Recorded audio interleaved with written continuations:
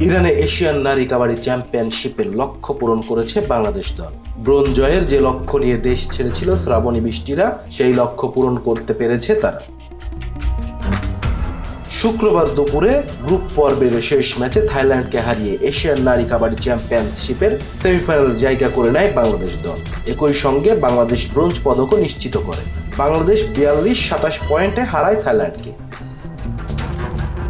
Asian নারী কাবাডি চ্যাম্পিয়নশিপে এই প্রথম বাংলাদেশ কোনো পদক জয় করেছে বলে ইরান থেকে জানিয়েছেন জাতীয় দলের সাবেক খেলোয়াড় শাহনাজ পারভীন মালেকা। বাংলাদেশ নারী দলের কোচ হিসাবে আছেন তিনি। থাইল্যান্ডের বিপক্ষে জয়ের পর মালেকা জানান, এটি বাংলাদেশের কাবাডির জন্য গৌরবের এক মুহূর্ত। খেলোয়াড় হিসাবে আমি এই টুর্নামেন্টে অংশ নিলেও পদক জিততে পারিনি।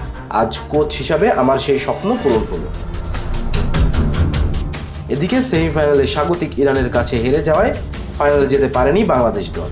ইরান 41-18 পয়েন্টে হারিয়েছে বাংলাদেশকে। ফাইনাল ম্যাচে ইরান প্রতিপক্ষ হিসেবে পেয়েছে শক্তিশালী ভারতকে। নেপালকে বড় ব্যবধানে হারিয়েছে ভারত। টুর্নামেন্টের প্রথম সেমিফাইনালে ভারতের কাছে পাত্তাই পায়নি নেপাল। ভারত 56-18 পয়েন্টে ম্যাচ জিতেছে। শনিবার অনুষ্ঠিত হবে ফাইনাল ম্যাচ।